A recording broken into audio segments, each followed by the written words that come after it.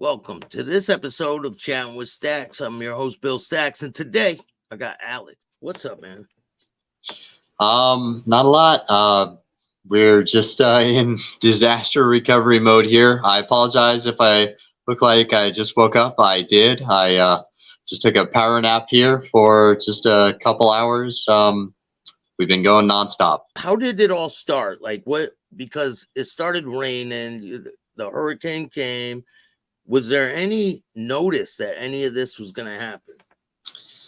Yeah, so on Wednesday, we all knew that it was going to rain. And we knew that we were going to get what, everyone was referring to as just the remnants of the hurricane. And the forecast predicted about 2 inches of rain in our area. And to us, we've had 2 inches of rain before. And yes, that's a lot of rain, but that's not horrible. So it was pretty much business as usual up until Thursday evening when we realized that something was drastically wrong in the mountains. The water started to come up. We had already been getting rain that whole week, so our water was already at a higher stage than normal, but the water started to come up higher than that and higher and higher. And on Thursday evening and Thursday night, everyone started to realize that, this is getting bad. And on Thursday night proper, that's when a lot of damage and a lot of destruction happened. That's when a lot of our people went missing and lives were lost, unfortunately. So the rivers went up and they started flooding the areas around the towns, right? Correct. So what happened, particularly in the area of Northeast Tennessee where I am, the watershed from the mountaintops is what caused the flooding. There's a lot of misinformation going around. A lot of people think that dams failed or levees failed. No dams failed. We don't have levees here in the mountains. The reason that our rivers got as high as they did, and the current prediction is we were at about a 30-foot increased height in our rivers. The reason is because up in the mountains that feed our rivers, the Nolichucky, and on the other side, the French Broad, and in Hampton and Elizabethton, the Doe, they're estimating that there was around 35 inches of rain dropped on the mountaintops in less than a 24-hour period.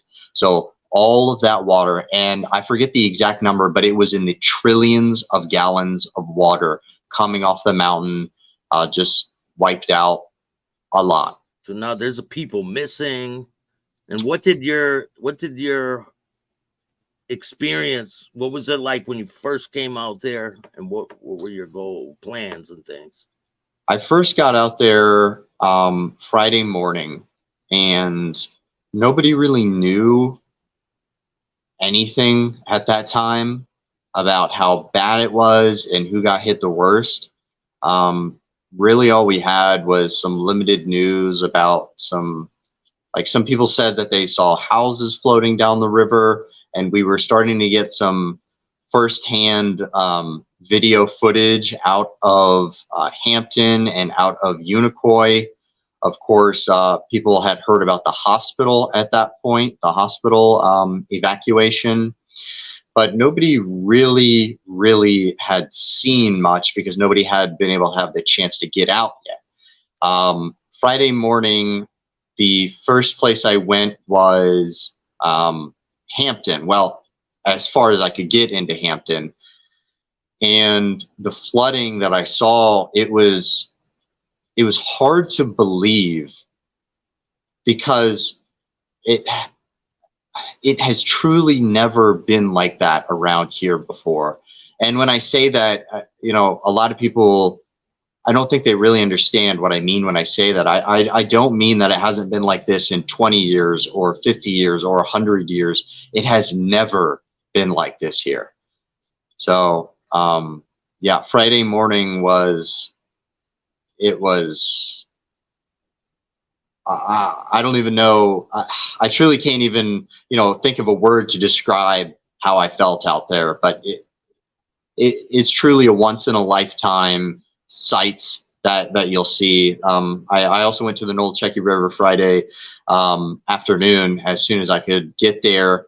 I did some things I probably shouldn't have, crossing some closed roads, but I got to see the river at almost its peak flood stage.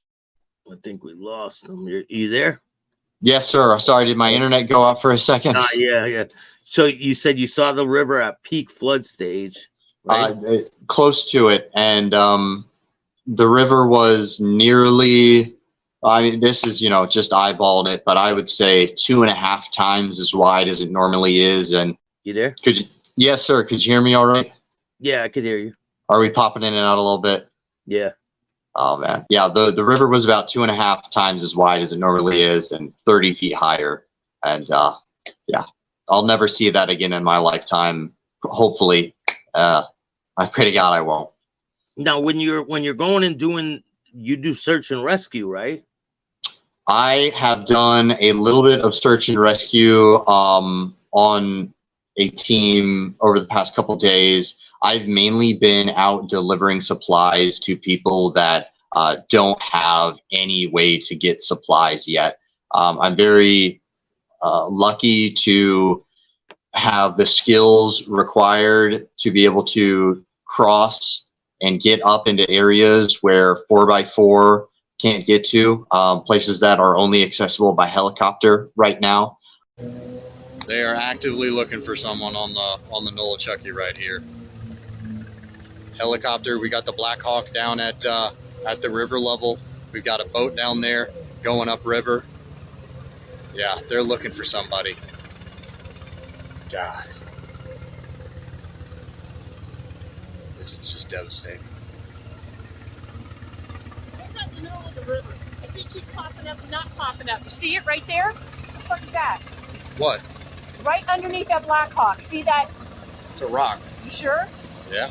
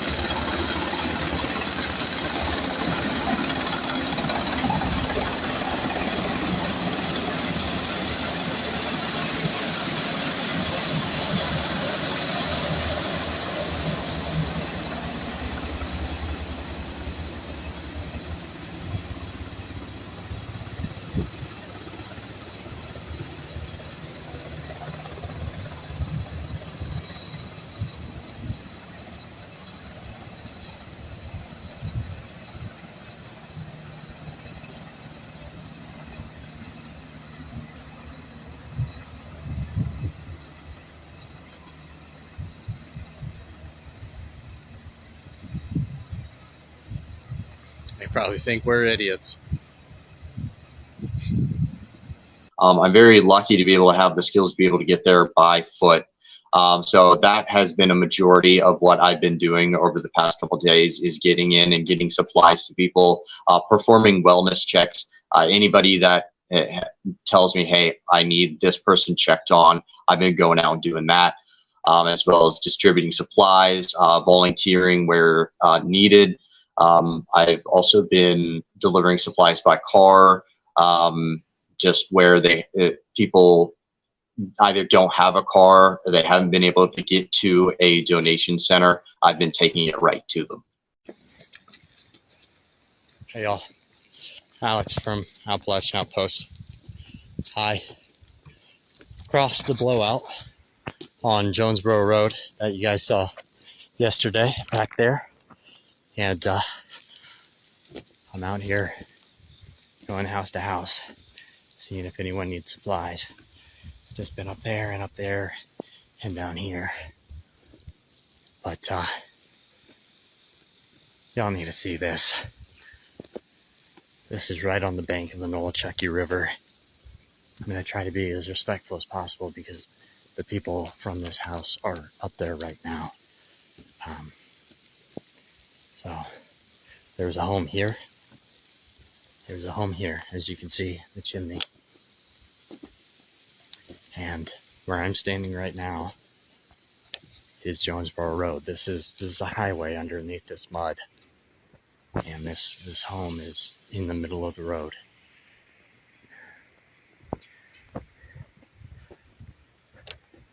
I know I keep saying it, but the devastation out here is truly beyond measure.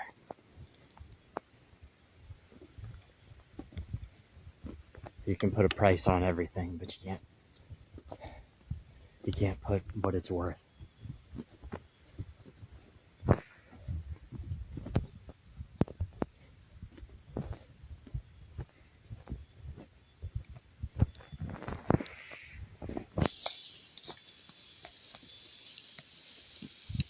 It's just starting to rain now. Pray to God that the flood doesn't come back.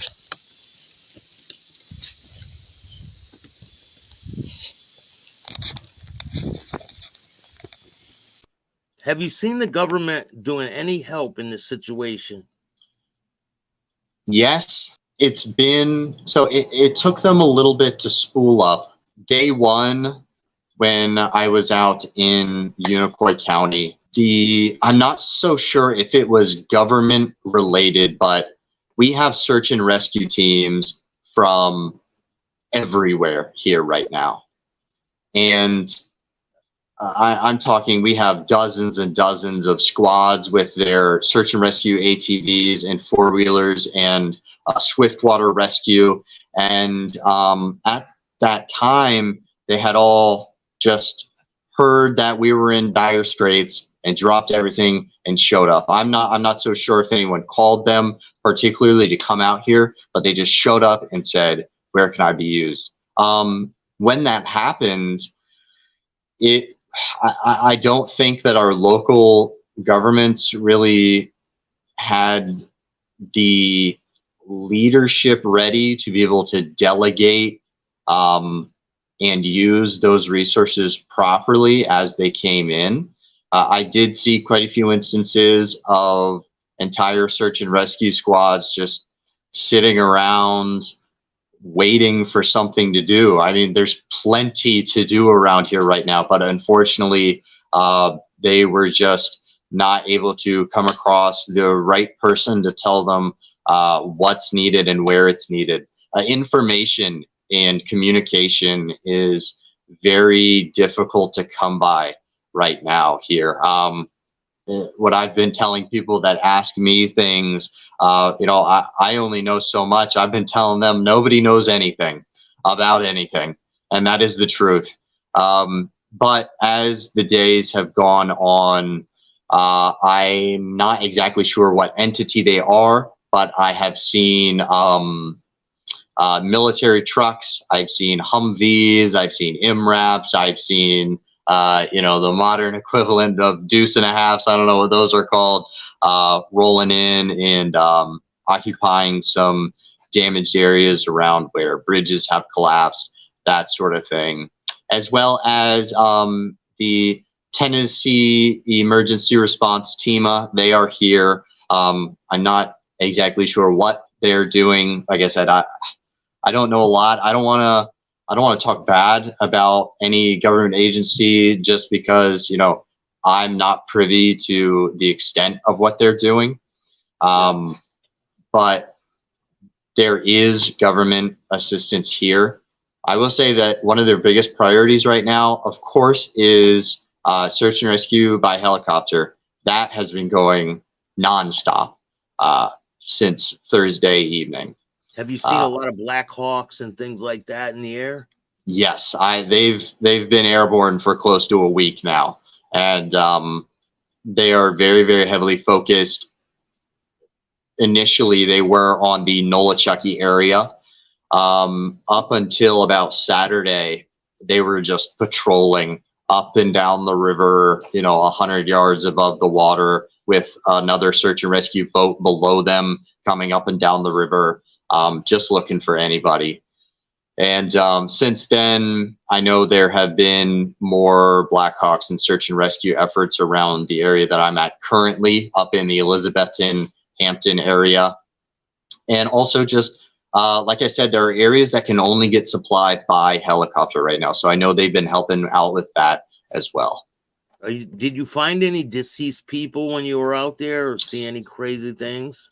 No, I'm very lucky that I did not encounter anything like that. I know some people have, so I just want to be as respectful as possible around that topic. When you come across people that have been stranded, what is their reaction to you? You know, when I first went out, I was wondering the same thing: is how are these people going to react when I knock on their door and tell them, you know, I just hiked in across the road that's gone to bring them supplies. And I should have expected it, but everybody's sweet as pie. We are in the South after all. Everybody's been fantastic. And one of the biggest reactions that I have come across, especially in the more and more remote and the more stranded communities, is it's very difficult to get people to take anything from you. Everybody says that their neighbor needs it more, and nobody wants to, you know, take anything and take away from someone else that might need it more. But yeah, everybody's fantastic. The moods of people that have just had their entire lives washed away are surprisingly positive. And I think that's a fantastic mindset to have, because, you know, if you can be out cleaning up what's left of your home and what's left of your property with a smile on your face in what's going on around here, you know, I think you can overcome anything. Now, if you come across some people that lost their whole home, what's the protocol? What do you do? Do you bring them to a shelter? Is there a place for them to go? There are plenty of places for them to go. We have tons of shelters that have opened up around here. Most of the schools, most of the churches have turned into shelters. But at the end of the day, you cannot force anyone to do what they do not want to do.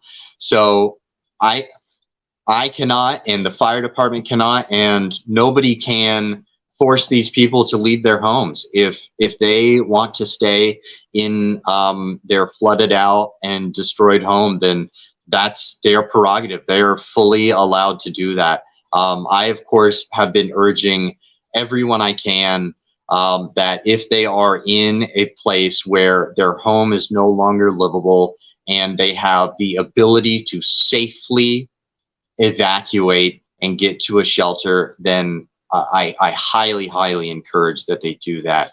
One of the biggest reasons is not so much because of how difficult it is to get supplies right now, because we have so many people trying to get supplies in, but because of the looting. It is becoming an issue where, and this is not everywhere and this is not everyone, but I have heard reports of looters ransacking homes that have been flooded out while the resident is still in there because they refuse to leave their home. So I'm really just encouraging everyone to be as safe and as respectful as possible. But yeah, safety is the paramount priority. If you are not in a safe position to stay in your home, then there's no reason to stay there. Now, if there's people out there watching this that want to donate or help you in any way, how can they do that? Absolutely. So I personally have started a GoFundMe for the local community. It is called Urgent Help Needed Northeast Tennessee Flood Relief Fund. You can go to my store, which is Appalachian Outpost. You can go to my Facebook, my Instagram, my TikTok. I've blasted this all over those. But You do not have to donate to me. If you do, 100% of the funds go directly to families in need. I don't need anything from anyone. I just need to see my neighbors be okay again. But you don't have to donate to me. There are plenty of local organizations that need funds as well. And you don't have to donate funds. You can donate manpower. You can donate resources. You can donate time. We're coming quickly to the day when volunteers have to go back to work. And unfortunately, this doesn't end for us in a week or 2 weeks. This lasts months. This may last years for us. And we are going to need volunteers, and we are going to need donations for a lot longer than I think we realize we're going to. Now, is there a plan in place for if another storm comes through and dumps a bunch of rain? Do they have a plan in place for that? That I do not know. I do know that we do have some inclement weather rolling in. Luckily, everybody's been pretty aware of it in light of recent events. So the homes that could flood, they've already flooded. And that may be a blessing in disguise that they're already evacuated. They're already flooded. So hopefully everybody that could be affected by another flood soon is already safe and already out of there. There are still plenty of places up in the mountains and the hollers around here that they haven't had contact to them yet because there's spotty cell service here on a good day. So there are plenty of places that have not had contact to the outside world yet. But what I can say is we're very lucky that we do live in a place that we are good old Southerners. Everybody knows somebody that can run a backhoe and run a bobcat, and the people that own them are willing to lend them and use them at no expense. So I'd like to say that I'm not too worried about the folks that don't have the ability to leave as a community right now, but I am. But long story short, to answer your question, I don't know if there's a plan in place in case it starts flooding again. Now, if someone's out there watching this and they're stuck in their home, what do you suggest for them to do? So right now, I would advise them to get out if they can. If you can physically get out of your house, start walking to a main road. Hey y'all, Alex here from Appalachian Outpost. I just wanted to give you guys a couple of updates before I head out this morning. So the 107 bridge to Embryville and Irwin, that is open. You can get out of Embryville and Bumpus Cove to get into town through Arnold Road. I'm still working on conducting wellness checks and that sort of thing for people in that area. If you need one done, let me know. Please message me their name, their address, as well as your name and your phone number so I can contact you once I get their status.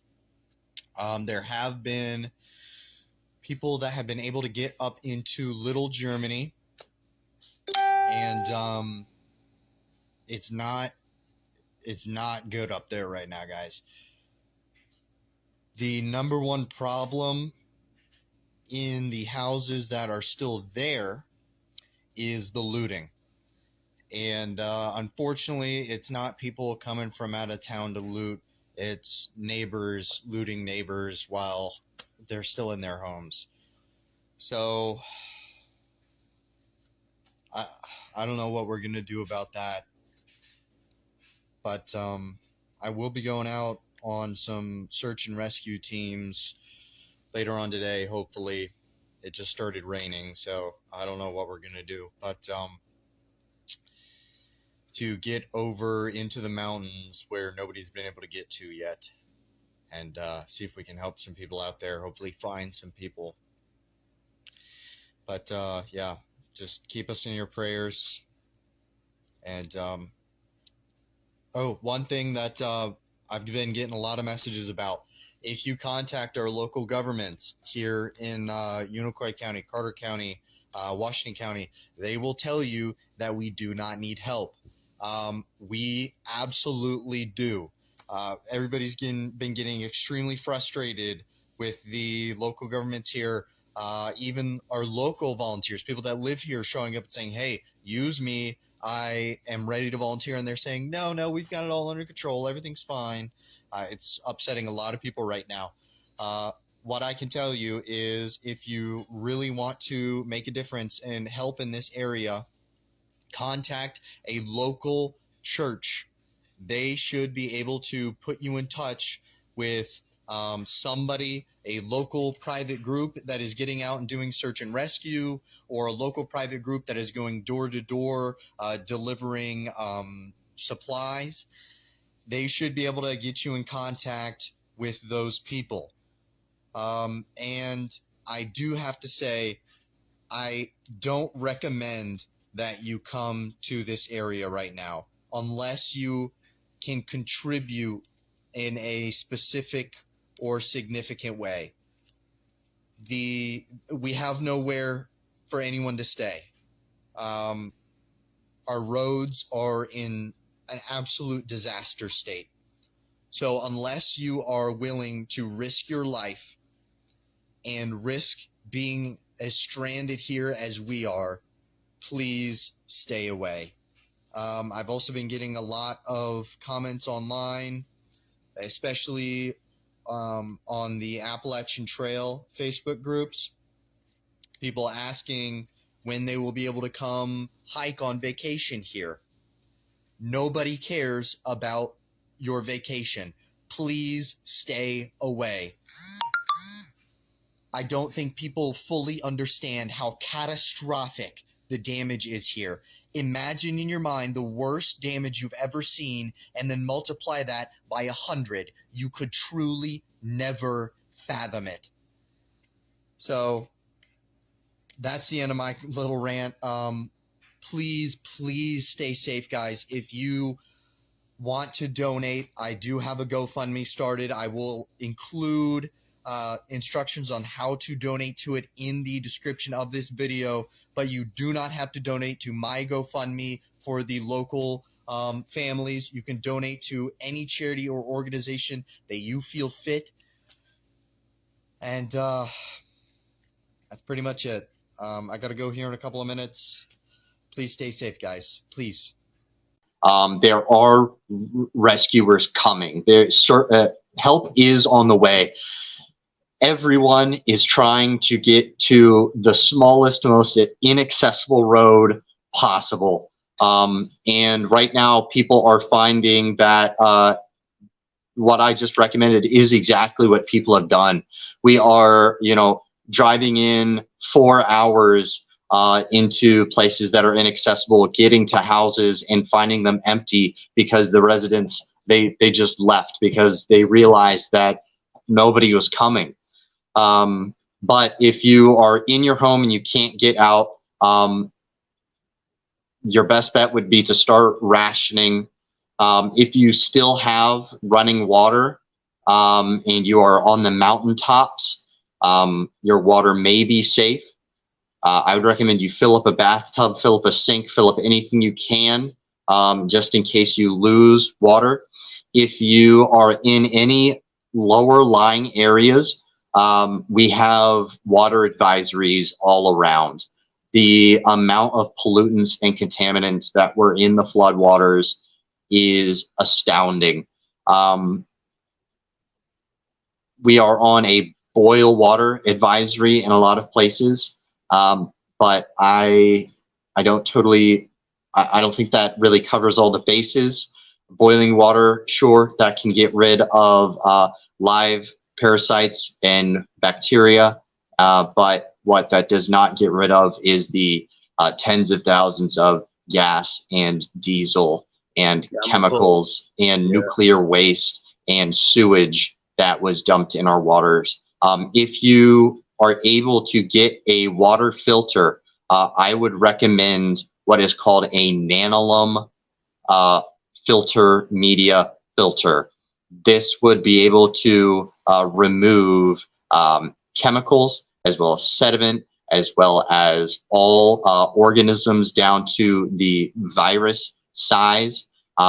These filters are expensive and they don't last very long, but they would be your best bet for filtering your own water to a very safe, drinkable phase in your own home. I'm working on getting a ton of these for people right now because water is the number one priority right now. People don't realize just how much water they're going to need.